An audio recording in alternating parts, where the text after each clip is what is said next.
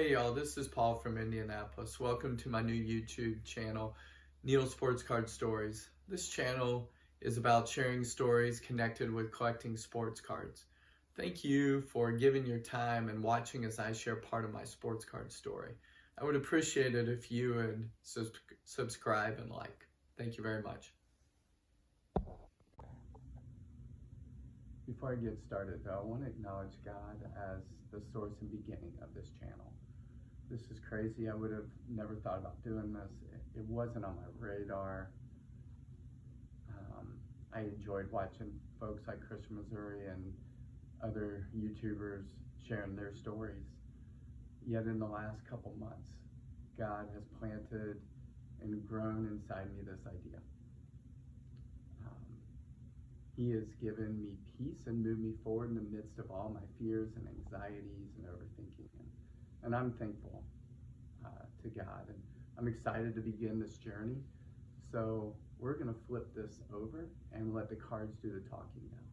I was born in 1975, and I grew up in the suburbs of Atlanta. And I grew up loving sports, played sports in our neighborhood, played football, basketball, baseball, just around the clock with the sports, with the kids in the neighborhood. Every morning when the newspaper came, I would pull out the sports page, open it up, look at the box scores or whatever sport was going on and playing. And so I just enjoyed tracking and following sports. And I was a fan of the local teams in Atlanta, of the Braves, the Falcons, and the Hawks. I definitely added some other teams in there, but these three were my favorites. And unfortunately, it wasn't a really successful childhood sports-wise. Just grew up with just a lot of heartache and suffering and disappointment and average to poor teams, but that just is just part of the journey. And so I grew up just collecting. My first memories, like the oldest card I remember having in my collection in the early 80s was maybe an 80, 81 Topps, just like this Phil Necro. I love the way it looks. I love the hat on there. And so I just love this card a lot. I also, my earliest memories are of getting packs in 1982 and 83. And I remember I really collected a lot of football, and I did pick up another favorite team. I did pick up the Cowboys because the Falcons were bad, and I just wanted somebody to cheer for, somebody that was positive. For me, growing up, I think I liked the blue of their color. My favorite player was Tony Dorsett. I just loved how he ran, how he played, and just attacked the holes, and was just a great runner. And my favorite coach was Tom Landry. And so I just attached myself to the Dallas Cowboys as my favorite football team, along with the Atlanta Falcons. And then with the football cards, one of my early memories that I remember with football cards is I remember setting out my 83 Topps football cards. And with the NFC Pro Bowl and the AFC Pro Bowl, I remember having these cards out and just setting them up on the floor, the shag floor carpet in my room. And I'd set up the NFC against the AFC, and I'd have them set up cornerbacks against wide receivers and set up the line and everything. And that softened a lot of corners along the way. But I remember doing that with like my 82, 83, and 84 football cards. Those are just fond, vivid memories I have doing and softening and taking down some of the grade of those cards. And so Tony Dorsett was my favorite player, and with football, and I collected a lot of football. I remember getting the packs, 40-cent packs, whenever my mom and I would stop at the grocery store. I'd get a pack each time, or just ask or beg my mom to get a pack, and so she'd get me a pack. I also remember with baseball, I had two favorite players that emerged out of all the players that I collected and all the cards that I had. And my first favorite was Rickey Henderson. I think what I enjoyed and appreciated about Rickey Henderson was that he was a leadoff hitter. And so for me growing up, I was one of the smallest. So I didn't have a strong bat. And so I would be a leadoff hitter because I was also fast and quick. So I gravitated. Now looking back from this age of myself to a younger age, I think that's one of the reasons I liked Rickey Henderson. That was that he was a leadoff hitter. He was fast. He was stronger than I was. I was wishing I was as strong as he was. I love that he stole so many bases and he had the record. So that was one of the reasons I believe I attached myself and really started following Ricky Henderson and getting every card that I could get of Ricky Henderson. My other favorite player growing up was Cal Ripken. And Cal Ripken, I there's a lot of reasons why I became fan of Cal Ripken. And one of the big ones was that my grandparents lived in outside DC, in between DC and Baltimore. And I'd go up every summer for a week to visit my grandmother. She was a huge Orioles fan. She'd be watching the game every night, or if it was a day game during the day. And so I would just sit down and watch with her, and she'd talk about it. She knew the game. She was cheering for him. She was calling her best friend Carol on the phone just for updates. And I believe those are just vivid, strong attachments and memories for me of why I became an Orioles fan. And her favorite player of the time was Cal Ripken. He was the star of the team, and he was just a great guy for the community. She enjoyed that he was a local guy from Maryland. And so Cal Ripken was was my grandmother's favorite player, and therefore also became my favorite player. And he grew on me as I learned more about him and just the Ironman record that he had, but also how he grew as a player, and he was great defensively. And so these were my two favorite players growing up collecting. I would say now, honestly, they flipped, and Cal Ripken is now my favorite player. But those were my two favorites. I have hundreds of their cards, and yeah, those were the two players that kind of grew out of my collection as the ones that I chose to collect the most. So when you were collecting when you were younger, who were your favorite players? And why? Why did you collect them, and what was it about them that drew you to wanting to collect them? Why were they your favorite? Feel free to leave that in a comment. Just enjoy hearing the stories of how people attach or just connect with a player and just start collecting them. Growing up, I loved history, just fascinated, was curious about it. And whenever I went up to visit my grandmother up in the DC, Baltimore area, she would take me to all the historical landmarks around DC and that area, the forts, the battlegrounds, took me out into some of the Civil War sites around in Virginia and Western Maryland and into Pennsylvania to Gettysburg. And one year she took me to Cooperstown. And I believe this started to plant the seed and curiosity of vintage cards for me. I got to learn the history of baseball and understand it more. I spent 5 or 6 hours there. I just enjoy museums. I enjoyed reading all the placards of each of the players and the stories that contribute and make the fabric of baseball and the sport that it was. And so that planted the seed, one of the seeds for me into venturing into vintage cards from history, from the past. And I think another part that planted into that was when I was watching games with my grandmother, the Baltimore Orioles, one of their announcers was none other than Brooks Robinson.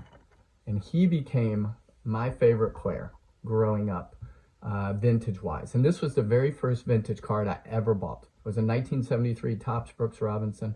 I remember being at the city hall in my town and buying it from a dealer.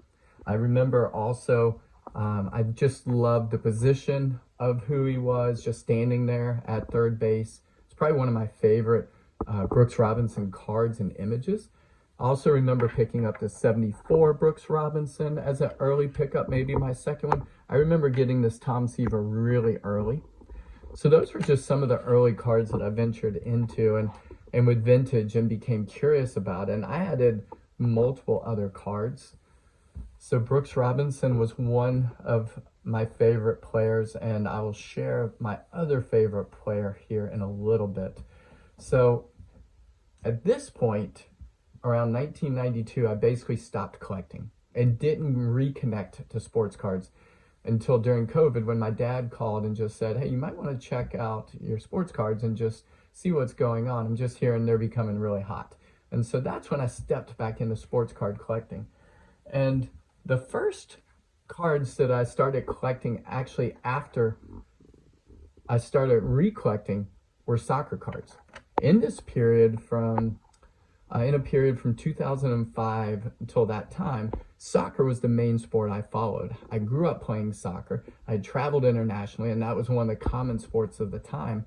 So soccer was just my favorite sport, and I didn't have a lot of margin or time to follow sports, so I just picked soccer as my one, and I blindly picked Arsenal, which is in London, England. So I blindly picked it because that was a team that I was in soccer, that was the name of a team that I played in a soccer camp when I was around 10. So I knew nothing about it. I went blindly in, and little did I know that I was into a venture of a lot of suffering, shortcomings, fourth place finishes, and just constant frustration. I don't know of an American sports team to connect them to. I think in one sense, kind of like the Indianapolis Colts, they were really fun and beautiful to watch, but they would often fall short or do something to shoot themselves in the foot or whatever it may be. I also want to say at this point, I may start talking another language for some of y'all. Y'all may know nothing about soccer or soccer cards or not care one ounce. Feel free to skip this section if you want. But I did want to acknowledge that really I think the soccer culture of watching and following soccer, and then also sports card collecting, is like another culture of language and words. And so I love the fanaticism and the culture that comes around soccer. I love that on club teams that there are players from 10, 15 different countries on one team come together, trying to form together into a team. I love the chess match that soccer is, as one team feeling out the other and trying different tactics and ways of attack and defense. And so I'm just really fascinated by soccer. I love that I get to go around the world, and when I do, I can just start talking soccer, and it's an instant connection with people. I still follow soccer, and Bukayo Saka right here is my favorite player for Arsenal. As a young man, he came in and was one of the only bright hopes for a long time for the team that I followed. They were just really bad, and just mid-table. Like, they were in the middle. They were like 8-8 every year, or 10-6, but going nowhere, spinning their wheels. So he came in as a young gun and just brought joy. He's a joyful young man. I love that he's a man of faith, of humility, of grit, he's a clever player. He's a tenacious player and very creative. And I just enjoy watching him as a player, and just the young man that he is. I love how he connects with kids and values kids. And he grew up in like the young teams of Arsenal, the academy. So he grew up through the ranks, and I think he realizes and sees the value of kids, and that's where he used to be. And so I love that aspect of him connecting into the community in London, of Arsenal fans, and into the city there. So Bukayo Saka was my favorite player, and I probably have 15, 20 cards I could share. Yet somehow in the midst of those seeds of vintage collecting came back. I'm going to move Saka because of his glare a bit. Not to push him back at all, but just the glare that the red ice creates off the camera here. So I got back into vintage and curious about that as well. Just my love and curiosity of history. I've read many baseball books and love hearing the stories, and got back to my favorite player, Brooks Robinson, or my 1A favorite player. And I saw a card that I loved, and I didn't know anything about grading. This is the first graded card I ever bought right here. Slabbed card was a 1968 Topps Brooks Robinson, Frank Robinson. It's a PSA 8. It's the old label. I had no clue at the time. I was just relearning. I felt like I was relearning the hobby from almost 30 years before. I love this card because the Robinson brothers are on there, and they were the two leaders of the team. Brooks was there before Frank came in. Brooks was humble and strong and gracious enough to not feel like he had to be the alpha, but to share the leadership with Frank. And he obviously had leadership skills, becoming a manager later, the first African-American manager in baseball. And so he already had those leadership skills, and those two combined led them soon to a World Series title and another one down the road. But I love this title, or this card, of the tandem together. Love the color, them two together, both representing the Orioles, and I think they did a great job of representing the Orioles. My next, I'm going to push this one back a little bit. This is my first time doing this, so bear with me. I'm trying to do my best here.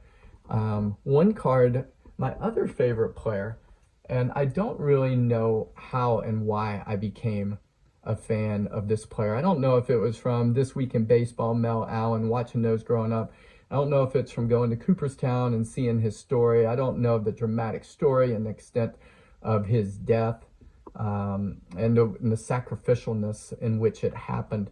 But there was, or if it was the way he ran around the bases and just played with this flamboyance and freedom and joy and hunger and grit. But Roberto Clemente was my other favorite player, along with Brooks Robinson. And I love 56 Tops. This is my favorite card. I love 54 as well, but 56 is my favorite year. And I love the color of this card. I love him just jumping up. I think they represented him well. I love that it had his full name, Roberto Clemente, on there. So he was just my other favorite player with Brooks Robinson. So I collected a lot of Roberto Clementes as well. And he was the other 1A, 1B favorite player of my collection. Thank you very much for joining me on my journey with sports card collecting. There are so many more stories. This is just an overview. Yeah, thank you very much. And if you made it this far, thanks for being a trooper and following me to this point. I will be sharing many more stories just about my journey of sports card collecting, certain players, teams, pickups along the way, what I add. I'll be just sharing that with you, and I just appreciate your comments, your feedback, your responses of your favorite players growing up, and also your favorite players vintage. Who is it that really your heart is drawn to, you gravitate, the year that you really enjoy? Like I said, I love the 1954. I love the art, the color that it has. I love that it has a face and then action, so you have two images of a player. So what is it for you? What is your favorite?